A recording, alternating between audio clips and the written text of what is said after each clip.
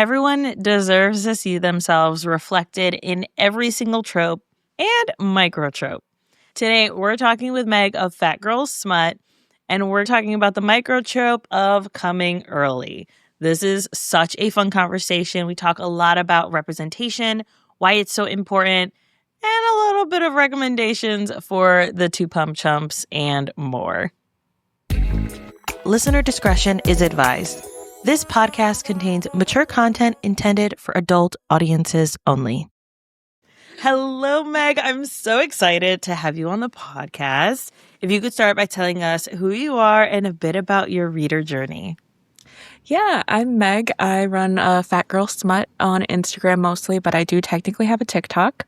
I was always a reader when I was young, and I fell out of it like we all do in school when reading becomes more of a chore and less about enjoyment. And then I got into college and I was reading art history textbooks, which do not recommend as fun time reading. And then I was working a really terrible job that I compared to factory farming ads. That's what I was doing. And I was just looking for any source of joy. And I think my mother-in-law got me The Wedding Date by Jasmine Guillory as a Christmas gift. And I devoured it. And I was just like, instantly, I'm like, I need more of this. It was the first romance I had ever read. And it was the first time I'd seen like a body that sounded like it could be mine in a book. And it was radical. And I couldn't stop once I started. Oh, that's what an introduction to romance, right? Like, I feel like a lot of us, maybe we rediscovered it through erotica. Like, so for my story, it's like my libido was shot after kid number 2, was pushing myself to read self-development because, like, I'm constantly wanting to learn and better myself and be the best parent I can. And then found erotica on Kindle and was like, hello, and read like 10 of those in 2 months. It was like, okay. But then, like any platform, it tended to show me white bodies, skinny bodies, right? Like your typical male-female pairings. And then a few years in, I was like, I'm not reading anything that looks like me. I want to find more of that. And I had to push to try to find that. So for you to get that right off the bat, I think is so incredibly special. It was truly like a mind-blowing experience because like I've always been a reader. Like even when I wasn't reading a lot, like I was reading sci-fi and fantasy, like those are my genres. I loved those books and they mean so much to me, but finding a diverse and different body in those books is so difficult. I'm pretty sure my mother-in-law had originally bought me one of the Binti books, which I don't know if you've read, but they're really incredible African sci-fi books. And I loved them, but I had already purchased them. So she went back to, it was probably like Target or something in our like Chicago suburb. And she came back with 2 different books. One of them is I Am Not Your Mexican Daughter. And the other one was Jasmine Guillory. And I was like, oh my God, this is incredible.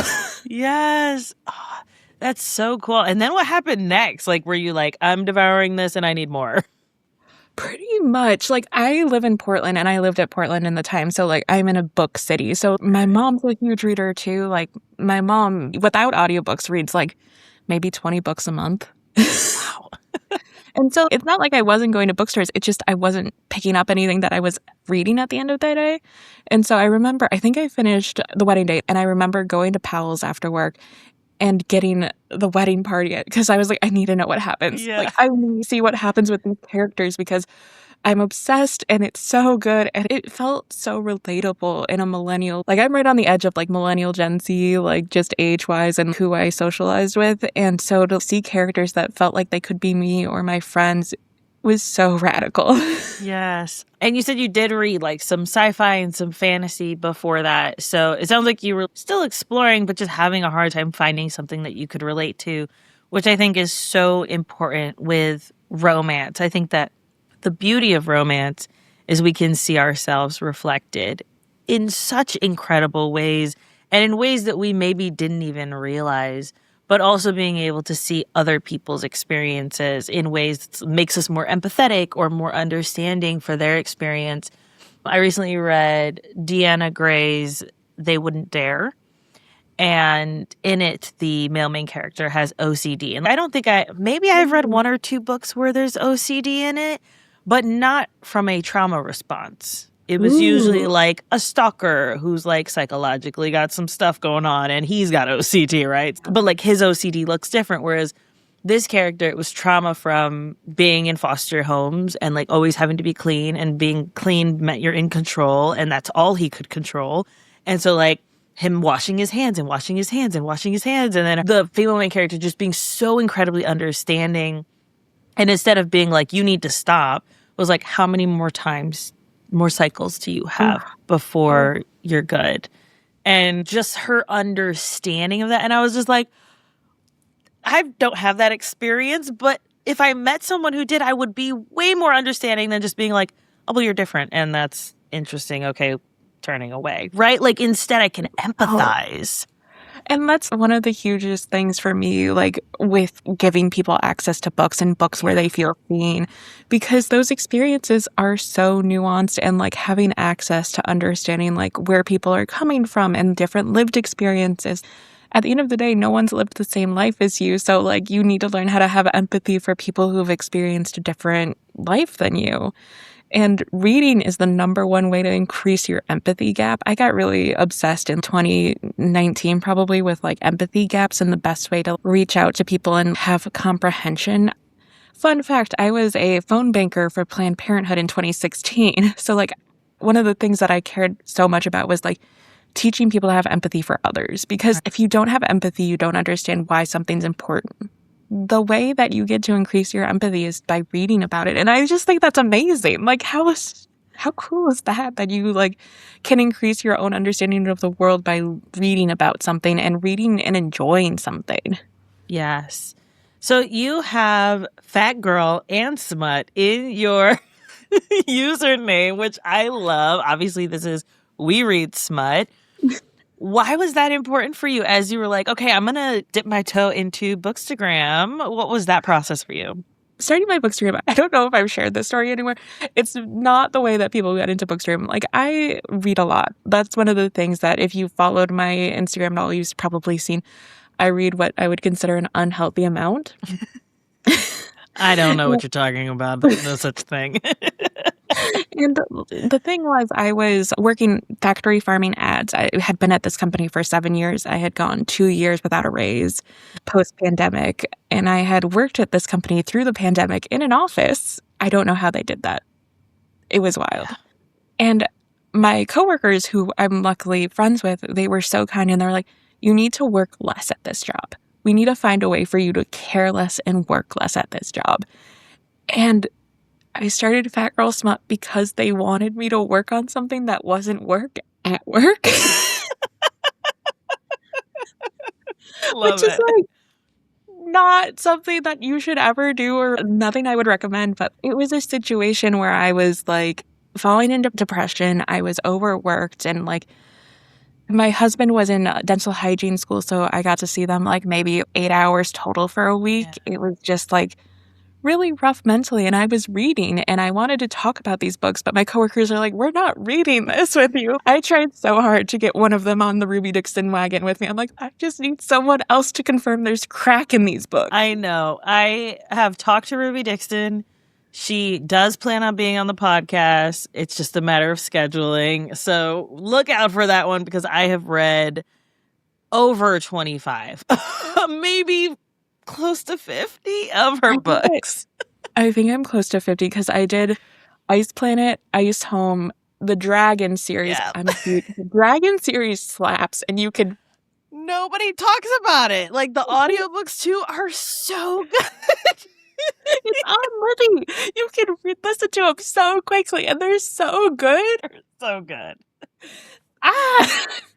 And I want to say I'm like 80% sure the second FMC in that series is plus size. I'm not positive. Yeah, but she's like, always sure. very purposeful in the diversity of her characters. I absolutely love it. Oh, it's so good. It's so good.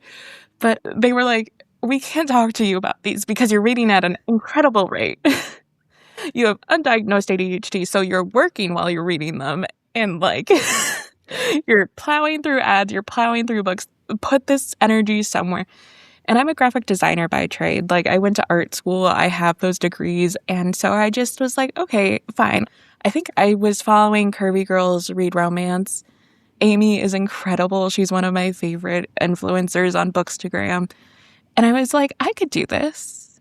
Like, I have read some books that I don't think I've seen her talk about. I could probably do this. And that's how I started my Bookstagram. That is so much fun. Like, Yeah. what a way to get into it. And then your friends being like, you need to put this energy somewhere that is not your job. Kudos to them for looking out for you. I'm truly so lucky. And because of like this work, now I work at Grand Gesture, which is the romance only bookstore in Portland. I love Catherine so much. I'm obsessed with her and she knows it.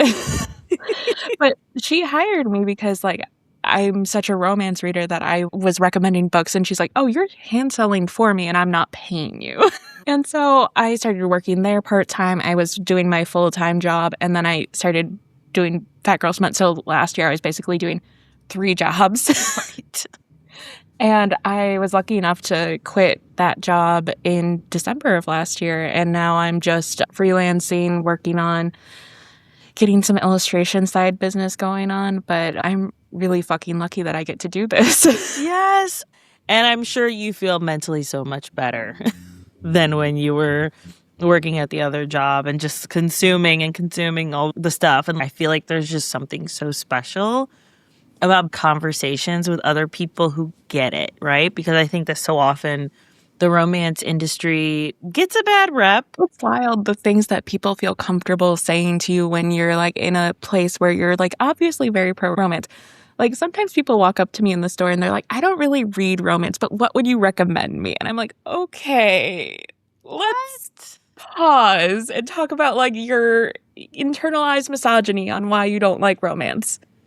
Yeah, you can learn so much from it. Like we've talked about already, so much empathy, so much about other people and their experiences. I think people get this idea of romance is 50 Shades, and it's not. Like that is a very sub-genre of romance. Like you could have historical romance, you can have science fiction romance, you can have speculative fiction romance, you can have urban romance, and then urban romance being like a one of 2 categories, either street lit romance, so like more African American street romance, or you can have urban romance, which is like modern times with vampires and werewolves. Like there's so much variety to this. Amish romance, that's what I used to read when I was a teenager and they wouldn't let me read anything else. I am looking. And if anyone has a recommendation, I am begging you. I am on the hunt for an Amish romance that is dirty. Like, I want it so badly because I think it would be such a good book because you have 2 people that have never had, like, sexual encounters, that don't have education, that are, like, forced together. I'm like, please, someone must have written this. And I need it in my bones. So if anyone knows, send Meg an email or a message. And get her that book. It has to be out there. Right? Somewhere, for sure. Yeah, oh my gosh. I'm trying to think. I feel like the only reason they would let us read the Amish romance is because it was closed door or fade to black. And so it was always implied what happened. Right. But I know that oh my goodness, what is the religion outside of where it's just a step outside of Amish? Methodist? You might be able to find something that's like Amish adjacent, where they still live very simply, but they have electricity. Or like they do make their own clothes, but they work in like their communities. The only thing that I'm thinking of that I know it isn't is, oh my gosh, the Judaism that like doesn't allow technology. I can't think of the name of it right now. Somebody send us a message. Y'all know. I haven't been religious since I was 12. I'm so sorry. I know. I grew up in a fundamentalist Christian cult, and I got out when I was like 21. So good times. For you. Well done. My mom left, so I was like, oh, I guess we're going now. That was just how it went. But it kind of like my eyes were open that it was a cult when I was 18 or I was 17. I finished high school. and I wanted to go to a Bible college, like a secular Bible college-ish. So it was like a regular one. And they were like, oh, no, you're going to this unaccredited one that we're associated with, or you don't have a home to come back to. And I was like, oh, this is a cult. Man. But like having no experience, no money. I didn't know how to drive a car. Like literally could not do anything for myself. You're so trapped in those situations. But yeah, so if anyone has an Amish romance, send it that is open door and spicy. Send it to Meg. Back to what we were talking about previously, I think erotica gets a bad rap even within romance readers. And I've had a lot of conversations because, again, I work at a romance bookstore and people are weirdly comfortable telling me things. But like one of the things that I think is really interesting is like people who don't appreciate the safe space that erotica can be for people. A lot of people, especially SA survivors, want to read those experiences in a way that makes it clear that A, it's not their fault because that's such an internalized belief, and B, that like some sort of reckoning comes for whatever perpetrator. Like dark romance and dark erotica are like very important genres that I feel get a really bad rap. I'm happy that that's kind of where I started, was the erotica, because then I was able to dial it back a little bit. But it was like, oh, they're in a sex club. Do those exist? Can I find one? I want to find one. So like, then I went off to that side. But then like just reading the romance, I was like, this is great too. Like I was able to enjoy it and also usually I'm reading a sci-fi or like a fantasy, very low lift fantasy. I can't do like high fantasy. Sci-fi or fantasy, I'm listening to an audiobook that's typically a BIPOC contemporary romance. I'm usually reading an erotica, and then I'll have something on like my phone that I'm reading. So like having that variety, I think helps. But then erotica is such a great palate cleanser too. If you're like, I don't know what I want to read, but I've got maybe 2 hours. Also, it's really nice to have something, especially right now, where there's no stakes. Like, the stakes is the sex. And that feels so nice right now. Yes, it's very important. I need something where, like, the most stressful thing is, are they going to bone? And we already know they are, so it's fine. So it'll work out. I need that comfort. Yeah.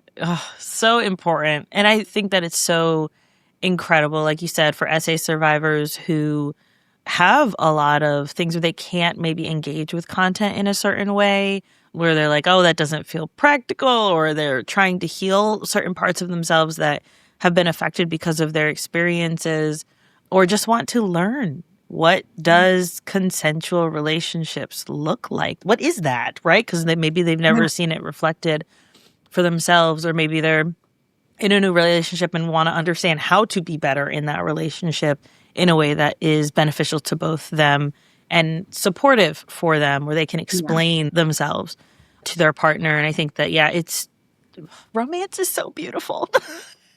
I literally talk about it for hours, clearly. Yes, and I love that so much because, like, it's something we should all be talking about. Like, it's like this gateway to like understanding and experiences and finding language, like language we were strictly not taught, that is so important to have access to. And that's why I'm like such a Ruby Dixon fan. And I've tried to explain this. I'm like, I could give a dissertation on Ruby Dixon. Someone should. If someone's written a dissertation on Ruby Dixon, please. I'm like, imagine that you've never seen this sort of like female pleasure being granted to someone. Like, how radical is a Ruby Dixon book in that scenario? Incredible. I feel like one Ruby Dixon, but then like any romance where, especially written by women, where female pleasure is the priority. Yeah. Right? Like, it's so prioritized. And so they're like, oh, a fictional man would never. And it's because they prioritize women. Whoa, novel idea. Pretty wild. Fucking women are people. What do you know? God. So much. Anyway, okay. So today we're talking about your favorite trope, and it is a microtrope, and I am here for it. And it is coming early. Oh, so good. Yes, I love this trope so much. Like, it just brings me so much joy, and I love the different ways it's executed. Like, it is the perfect microtrope that I think that can fit into so many different spaces in books because, like, It brings so much lightheartedness to a moment that can be so serious or so like intense. And then having that moment, like it can bring humor, it can bring embarrassment, like it can bring so many different emotions. And that's lovely. Like, what a Right. lovely thing. Yes. Yeah, before we started recording, I was looking in my tropes, and I have so many tropes tagged in my story graph. And I was like, I can't find coming early, but I do have a came in his pants. So those are the ones I'm gonna have to recommend. But let's go through some of those examples of what coming early might look like for some of our romance characters. So I have a couple of different ones written down because I think about this trope a lot. I think about a lot of book tropes a lot. Let's be so real. And like all of my things that I look for, I prioritize fat bodies or larger bodies. So that's where I'm coming from more than anywhere. And I couldn't help but think about, is there any chance you've read Kate C. Wells? Maybe? She's great at groveling. Like she writes these like men that you're like, there's no way I could be attracted to this man. He's got truck nuts. And then you're like sitting there and you're like, I think I'm attracted to a man that has truck nuts. What's wrong with me? Did she have a werewolf shifter series? Yes. And one of the female main characters was disabled. I believe she had like a limp or something like that. The groveling so yes, I have the groveling in that one. I was like, there's no way that she's going to be able to turn this around for me. She did. She did. Kate C. Wells is, in my opinion, like the queen of a grovel, like taking these men that you're like, they're not redeemable. There's no way. And like, you're just like, fuck. Yes. Fuck. Like the one you're talking about is The Tyrant Alpha's Rejected Mate, which is a phenomenal book and falls into one of my categories, which is plus size in my mind. I'm sorry. I picture that the way she's described as having this soft stomach, like shapely legs. I'm like, she's plus size. I'm so sorry. I'm not sorry. It's so good. And the book I'm specifically thinking of is Against a Wall by Kate C. Wells. And Cash, the main male character in this book, has truck nuts and is a hunter and is like so white trash hillbilly described. And you're like, this man? Because not only is he all of those things, but he's also her like high school bully. You're like, surely not. But then like he's obsessed with her. Like he is so obsessed with the main character and like truly to a point where you're just like, has he been stalking her for 20 years? Maybe. Question mark? But there's an excellent moment with their first like sex scene. Like it's not the first intimate scene, but it's the first time they're having sex. And he like comes almost instantly. And the female main character is like, are we done? Like, what happened here? But he like keeps going and he doesn't stop. It's just like one of those moments where you're just like, he came early, but I think it worked. Everything's fine. Everything's better than fine. Like I was real scared for a second, but it worked out. Oh my God. Yeah, I always laugh when the authors allude to like maybe where they had like insertion and then they're like, I gotta stop. Yeah. And like they just stop and it's like, okay. It's so well done because like they've talked about his like obsession with her body. You've seen his point of view. Like you understand that this is like his ultimate moment. And so like it makes sense for him to finish early because like he's got all this built up from years of desire for this woman. And like he truly is like a 2-pump chump. But he keeps going because I was also thinking about like this microtrope works in so many different ways and like I'm a huge fan of it. But I did there's a few cases where I don't think it works. And one of the first times I ever noticed it not working was my first ever Beverly Jenkins read. Okay. And I love Beverly Jenkins now. I've read like several of her books. They're really beautiful historicals and the description of the time period, the understanding of the politics of the time, like so good. But I didn't know what I was getting into. It was my first time reading her. And this hero, they describe like going in, going once, twice, and then he like leaves. He's like, I'm done. And I'm just like sitting there and I'm like, excuse me?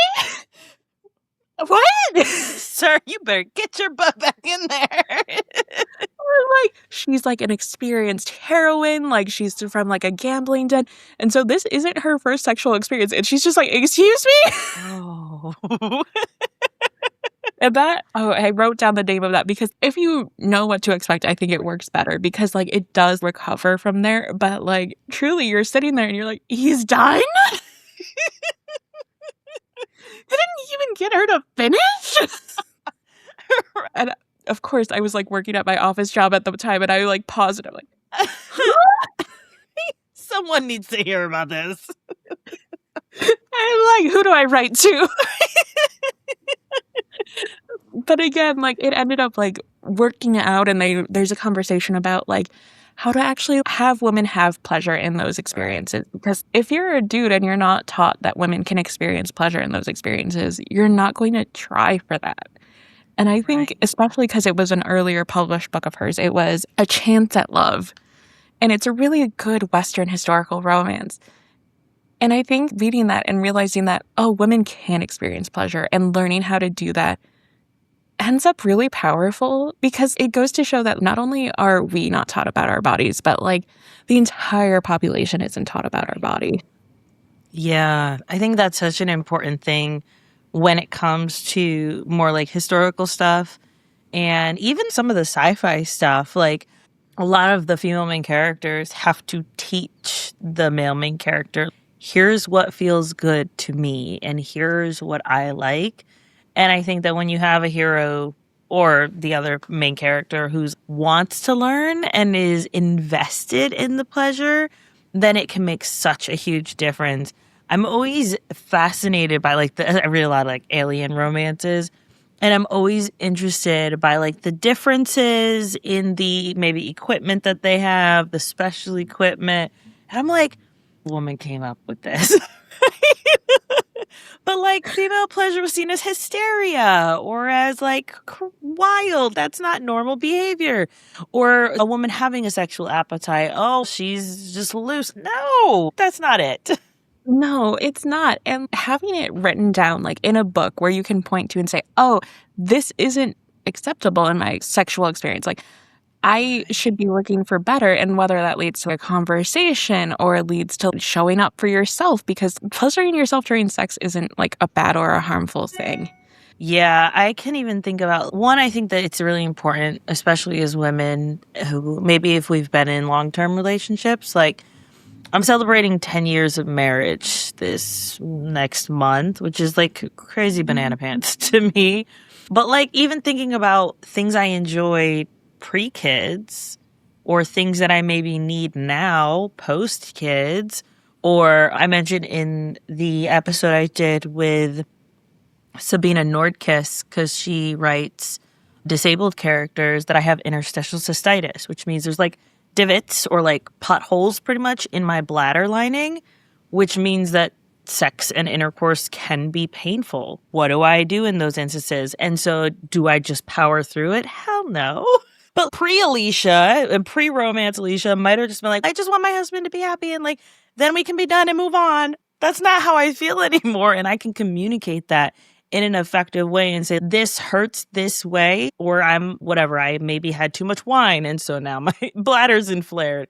We need to do other stuff. Cool. Let's go. Being able to communicate that can make a world of difference in our sexual experiences. Yeah. And like, it's so empowering to see those conversations happening and knowing that they're normal and like they're a part of a relationship. Like my husband and I started dating in, I think, 2009. So we've been together for so long, and like the way our relationship looks has changed so much throughout that time. And that's normal. Like life happens and you don't stay stagnant in those situations. And like just allowing all of these different experiences to become normal is so cool. Yeah. I just think it's neat. I agree. So we went over our 2 pump chumps, which I think, again, it works. I don't know why it works, but it does. There's also situations where he finishes from going down on her. I love those situations. Yep. I'm like, he finished early, but who cares? I think, especially in those moments, it's entirely focused on her pleasure, and her pleasure is what gives him pleasure. Right. And like, we're using like he, him, she, her terms, but like, obviously, we could just be using like top, bottom. It doesn't really matter because, like, at the end of the day, it's about pleasure being exchanged and being focused on one partner over the other, and like them getting pleasure from that. Like, Yes. that just, I think, goes to show how powerful, like, intimate relationships can be when your, like, entire focus is on giving pleasure and you receive pleasure from that. I'm also curious because my husband's in a male body, and he gets a lot of pleasure from giving me pleasure, or even like just having his face in my butt. Like, he's just all Yeah. about the ass. He's an ass man. And I'm always fascinated by that. It's wild. There's a lot of studies, like, focusing on, like, the different things that, like, turn people on, basically, Right. because, like, humans are really sex obsessed. We really like it, and for good reason. But there's a lot of, like, research that goes to show that most male people are very visually, like, stimulated. If they're, like, physically touching something, looking at something, they're going to be way more aroused, whereas most women presenting people, femmes, are much more experience driven. That's one of the reasons why erotica works so well for so many women, is because reading it allows you time and space to get turned on. Yeah, it takes us longer. You're able to mentally, I feel like it's a mental thing. Like, I have to be mentally stimulated to be physically stimulated. And I don't mean like I'm thinking about something sexy, but like I need to be out of my head. No actual thoughts or no stresses or no, oh my gosh, I have a whole list of things that I need to do and get done today. Like, I'm Yeah. not turned on when I have a million things in my to-do list. And so having that kind of release of the brain can allow you to have a better experience of like actually being in your body. Yeah. But it takes longer. It does take longer. It takes time. And there's no shame in, like, things taking time. I also, a little evil part of my brain is like, I wonder how much easier it would be for femmes to get off if there wasn't so much societal pressure on not being sexual. Yeah. Like, I think about that a lot because there's so much pressure and opinions about who's allowed to be sexy, who's allowed to have sexual desire, who's allowed to express sexual desire. One of the things about having always been in a larger body is people not seeing you as a sexual person. And that's one of the reasons that reading about plus-size people getting off often and with great partners is so wonderful to me, is because it's like, oh, I'm allowed to experience those things in this body right now. Like, I don't have to wait. I have polycystic ovarian syndrome. I'm never going to lose weight. The fact of the matter is that unless I have some sort of surgery, I'm not going to lose weight. I'm going to look like this for the rest of my life to a degree. And understanding that even right now, I can experience pleasure with a partner and other people desire me is so huge. Especially being a child of the late 90s, the early aughts, when, like, body standards were just wild. I look at pictures of me from, like, middle school where, like, I was considered the fat friend, and I'm like, it's so unhealthy to have that much judgment and that much pressure on a body. And having a fat body doesn't determine your sexual worth or your worth at all. And that's one of the reasons that I want more people to read Fat Rap. At the end of the day, like, I don't care what your body looks like. You can be like a size 0, but I still think you should read about larger bodies because I think it's important that you understand that those bodies are desirable. Yeah. And there's nothing wrong with them being desirable. 100%. Okay, what recommendation do you have for us? I think Every Chance You Get by Sloane Spencer, he comes from going down on her. And I've become obsessed with this book because I am self-identified as a himbo. Love it. I'm like, I wish I were a bimbo, but I am simply not. I do not care enough about my appearance to be bimbo quality, and I respect all of the bimbos out there. They have my love. I'm truly like one of those people when I see someone walking down the street, I'm like, they're so pretty. Yes. I'm usually the one to be like, oh my God, I love your outfit. It is so gorgeous. But like, I have street smarts. I don't have book smarts. That's just who I am at the end of the day. Love it. I'm like, listen, you can talk to me about like colors and art history. I'll have that information locked in. Ask me to do math in my head. I might cry. So like, seeing Jonah being obsessed with this like single mother of two in a way where he's just like, I want her body in a way that is like probably unhealthy. And I'm just like, yes. And the other one that I'm pretty sure he comes from going down on her is Choosing Up Forever by Daisy Wren. I love her books. I think they're really great at expressing breaking a cultural and puritanical belief system from what your body is. And I love those books. I especially love Choosing Up Forever because I love both the hero and the heroine, and I love their relationship. Again, I married my high school sweetheart. Seeing like a second chance romance where it's starting from middle school and ends up with them in their 30s is just like crack cocaine to my little heart. I love it. I'm just like, give it to me. I'll gobble it all up. And like the way he's described as like being so uncomfortable, being so aroused for so long, he's like, I don't know what to do with myself. He keeps having wet dreams, and I'm like, buddy. And I think, yeah, the other ones I have, and I'm trying to remember if After Hours on Milagro Street is he comes like a two-pump chump, which I think he does in the first scene.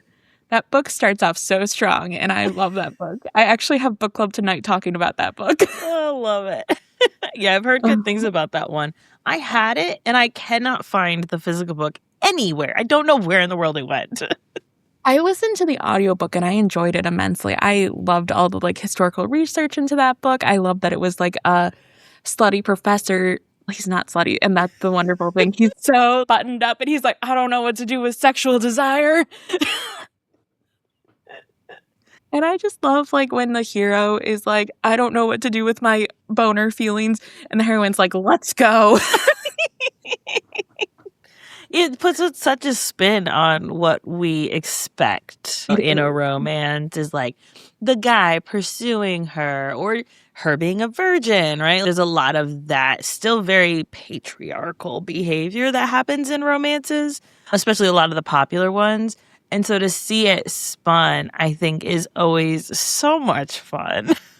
It's so much fun, and I think it can be done in so many different ways. Like one of my favorite lines from Lights Out, which isn't a plus-size book, but is a book that lives in my head rent-free, is like Josh sitting in the car going, am I not masculine if I come in my pants? That's something that manly men don't do, and he's so concerned about it. And I think that just goes to show like the different perception that men have from what's attractive versus what is actually attractive. Because the idea of someone being so attracted to you and having so much desire for your body that they'll come without any sort of stimulation is like an incredibly attractive thing. Because like women don't experience desire in that same way, at least not often or not frequently, and not in a way that feels easy to grasp onto. But the idea that someone can be that obsessed with you or have that much desire for you, I think is inherently attractive.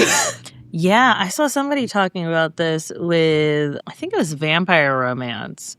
And they were talking about the reason why people, women specifically, like vampire romance, the idea that you are the soul-sustaining life force that someone needs to survive.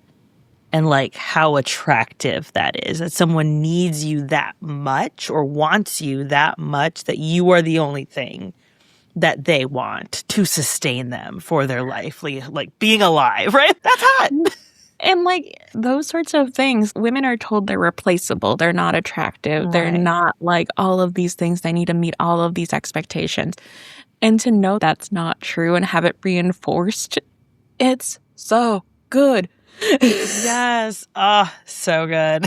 Yes, You're Intolerable. He also comes from going down on her, and I love that book. I think Amy and I have a like list of, it's all the like plus size posters. We have a list of like top tier like book boyfriends, who's the simpiest simp, and P.S. You're Intolerable is on there. Every Chance You Get, Jonah's on there. The Catch by Leonore Solis is on there, and I love that hero. I just want to drag him around by his chain. Yeah, Leonore Solis is incredible. We had her on the podcast talking about her book. So everybody go check that out. We'll have the link in the show notes too. I've listened to that book twice, and I'm like, I could probably go for a third listen. I mean, it's like, She's so good, and the way her books capture not only the female experience, but the body diversity of those books and the certain circumstances in those books feel so real in such a wonderful way. There's so much discussion of mental health throughout them and like where people's mental states are and how that affects everything. Yes, which in the episode, Lanor is a licensed therapist, which is why I think she has such an incredible way of approaching that and like having those harder conversations or being able to, especially being Latina, like the machismo that is in the Hispanic culture and just like how you're able to navigate them and how we navigate it as women and how sometimes we do need the men roped in to stand beside us or to stand for us in these situations. I think she does it so beautifully. She's wonderful. I listened to that episode and it's so well done. I'm truly obsessed with her. I also try to read more Latina romances, not only because Latina is an incredible audience and like incredible books are being written, but my husband, who I've been with since 2009, is Puerto Rican. And I'm like, at this point, I'm like, I understand a lot of their culture was like so much machismo going into it that affected who they were growing up. And now they're just so comfortable with who they are. They came out as non-binary when we were planning our wedding in 2020. And like, I'm just so proud of them and I love them a lot. Yes. Aw. Yeah. And with having Hispanic heritage, there is so much binary of the women do this, the men do this, the women are treated this way, the men are treated that way. So kudos to them for coming out and owning that about themselves. That's incredible. I just love them a lot, and I think they're really wonderful. Aw. They have no desire to be on my page. I'm like, a couple of times I've been like, can I post a picture of you? And they're like, no. They're fine if I like use text-based stuff to be like, can I tell them that you said this? And they're like, yeah, sure. The other one that I read recently that like really stood out to me because it's described as he comes in his pants and he's pretty sure she doesn't notice, but he's like, I need to get out of these jeans. They're so uncomfortable. Which is like an incredible moment. Yep. That's Brighton Walsh. And I just love that moment because, again, it's a second chance. And I love a second chance. And he's like, it's so hot that she got off on me that we like came. And then he's like, but these jeans are sticky. And I'm like, oh, what a way to break up an intense scene, like a very emotional, very intense moment between two characters who are like dealing with the fact that they still have feelings for each other. And then to just be like, cutscene, these pants are wet. Help. God, what a perfect comedy break. Right. Love because, it. Yeah, that sounds uncomfortable. I'm sorry. Where's the washing machine? There you go. Yeah. Go take care of your mess. But those are the big recommendations I have written down here. And again, I cannot recommend After Hours on Milagro Street and Choosing a Forever enough. Like, they're both very straight-laced dudes who like don't know what to do with their sexual desire, and they are truly befuddled. I love me a hero who is just like, I have no idea what I'm feeling or what to do with it.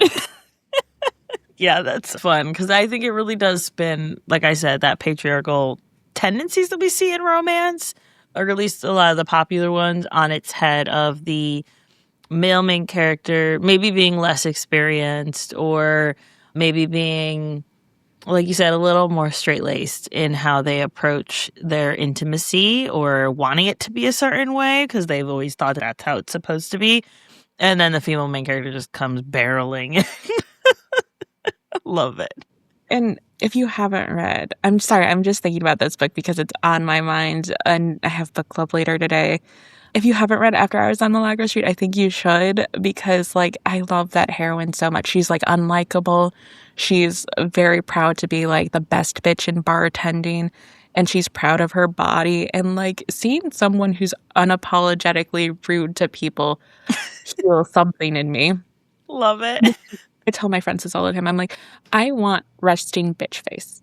I don't have it. I have resting kind face. And that means strangers walk up to me all day and they ask me questions that I don't have answers to. And I get very sad. To have someone that like is so confident with who they are and so confident in their abilities and what they look like and who they are down to their bones like completely wrap this man around her pinky finger within 10 minutes of meeting him.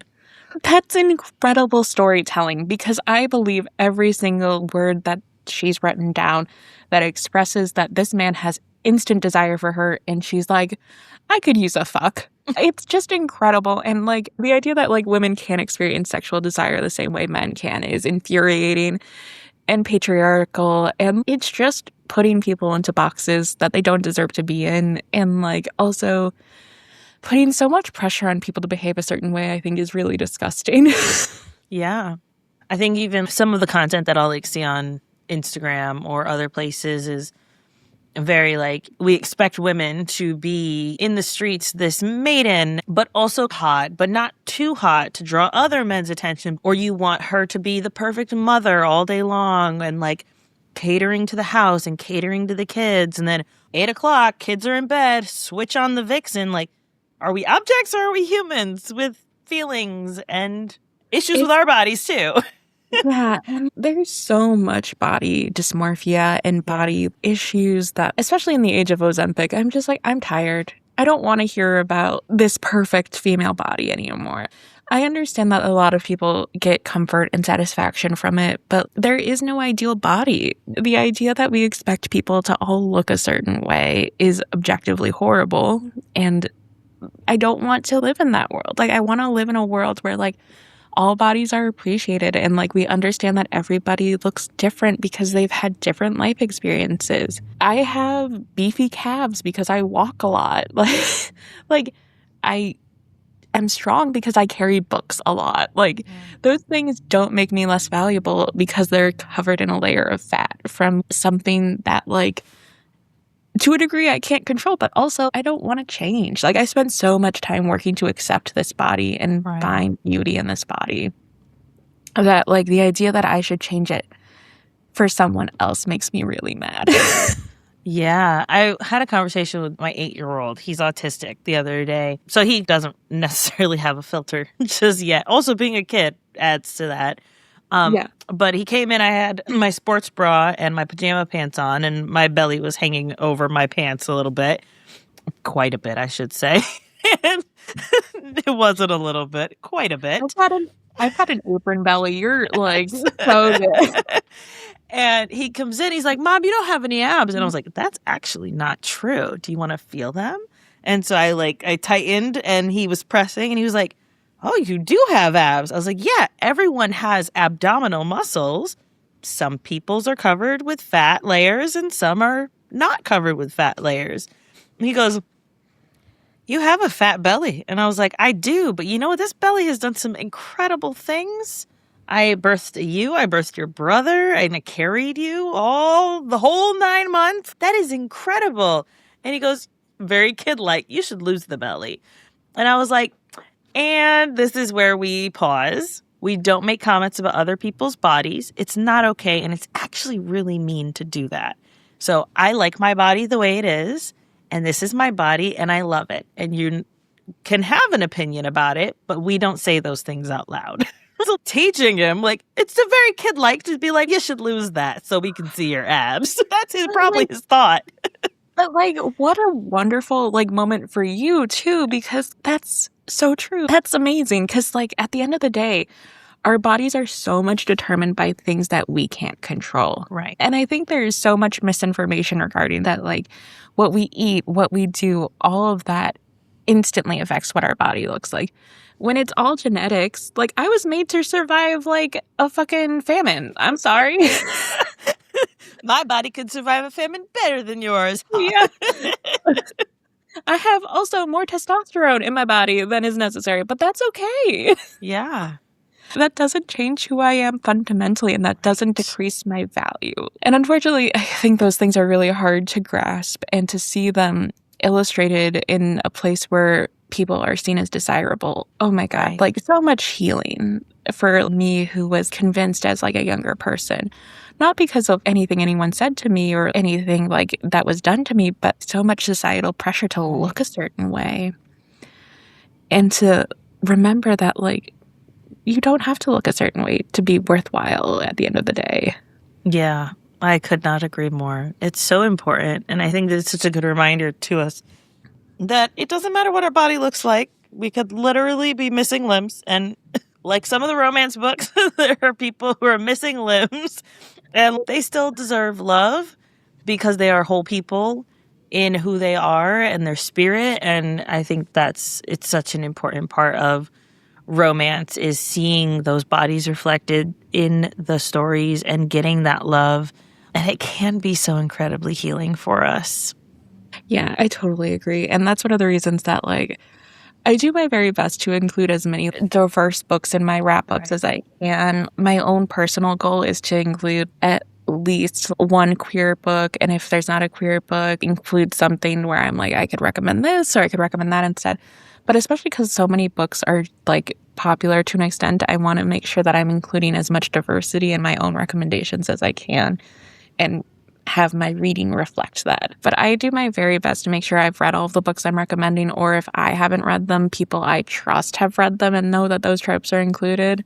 Yeah. Because, like, I don't want to recommend something and it not be there, which is why on my, like, plus size in my mind posts, I'm so explicitly clear. I'm like, these are not plus size characters. In my head, they are. Yes. I'm allowed to picture this character however I want. There's so much pressure on so many people to do certain things and be a certain way. And, like, taking the pressure off of, like, yourself to look a certain way is, like, so huge. Yeah, and so healing. Like you said, societally we get told we have to look a certain way or be a certain way or do things that, man, fuck all that. Yeah. I'm done. I don't want to anymore. Like, I'm 30 fucking years old. I'm tired. I am tired. I feel that in my soul. I have some recommendations as well, and I will include the ones that have plus size bodies too, so I'll make sure I have those. All right, so books where he finishes in his pants. The first one is Kaki by Tahisha. Want to say is how you say her name, B. Williams. This one is a soccer football. So not football, but like European soccer. So his parents are from Africa. She is Jamaican and something else. And also practicing Rastafarian, which I don't think I had ever read. Very curvy body, has a roster of men. Which I love, has a lot of, I love myself and I'm a bad bitch, but when other people say things about her body, it's very triggering for her.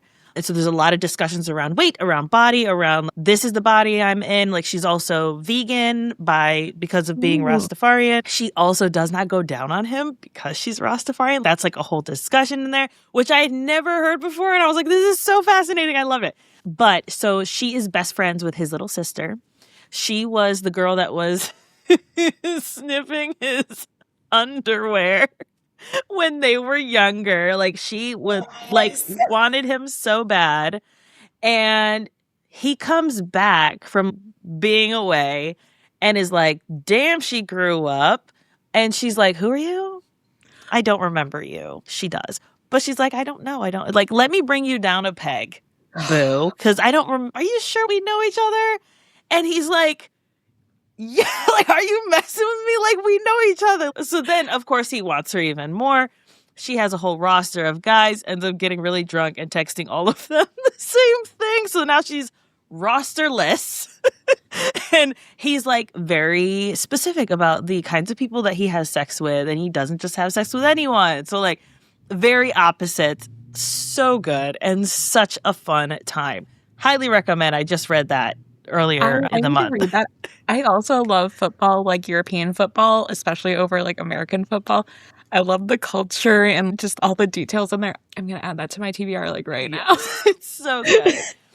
Next, I'm pretty sure this is plus sized. I don't remember. The main character on the cover looks like she's maybe mid-size. So we'll go with mid-size.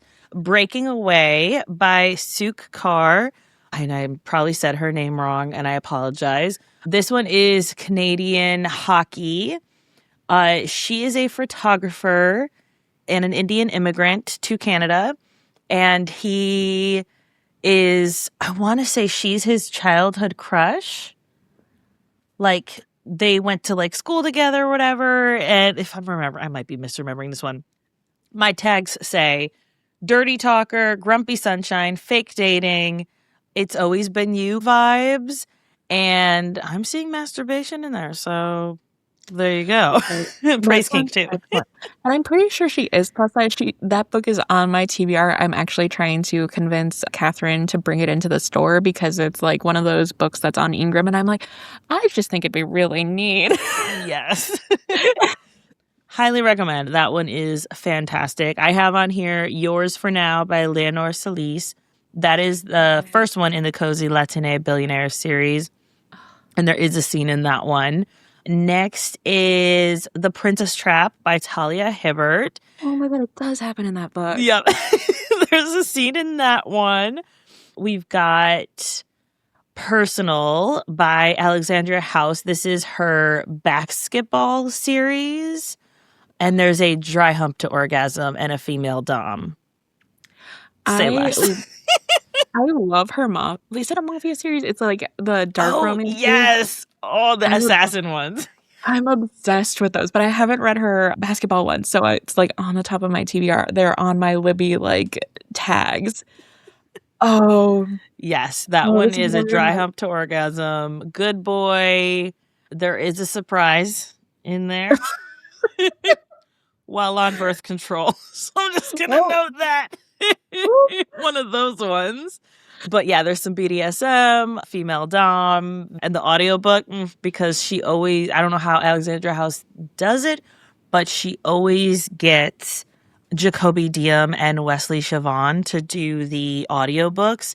And those two together are just, yeah, you need them. There are scenes from like Lilith that live rent free in my head, and I'm just like, yeah, this is gonna ruin my Libby TBR, but I think I'm okay with it. So good. That is it for the plus size ones, but that gives you guys such a variety and excellent choices from there. Yeah, and I cannot wait to read the ones that I haven't read, and I might need to reread The Princess Trap, especially now that it's got the new cover. Yes.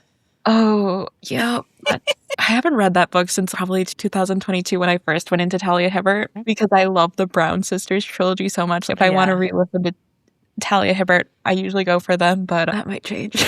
Yeah, that one is really good too on audio as well. Yes. Very, very good. I also love the fiance fiasco. She's just so befuddled by him. I'm obsessed with you. She's like, what? Yes. So good. Could not recommend enough. This has been so much fun. I could literally talk to you for another hour. We're going to need to do this again with another trope. Jeez. I could talk about so many things for so long. Talking about romance is my favorite thing. Giving book recommendations is my true favorite thing, and I'm lucky enough to get paid to do it. Love it. So if people want to connect with you, get to know you, light stalking, etc., where can they find you on social media? All of my social media is under Fat Girl Smut. It won't be changing anytime soon. I am currently working on launching a website so I can sell stickers and prints. I have some exciting collaborations coming up, but yeah. Awesome. That sounds incredible. And we'll make sure we have links for all that in the show notes for anyone who's going and doing other things as they're listening to us. It'll also be in the YouTube description. Meg, thank you so much for being on. I appreciate you. Thank you so much. I had so much fun.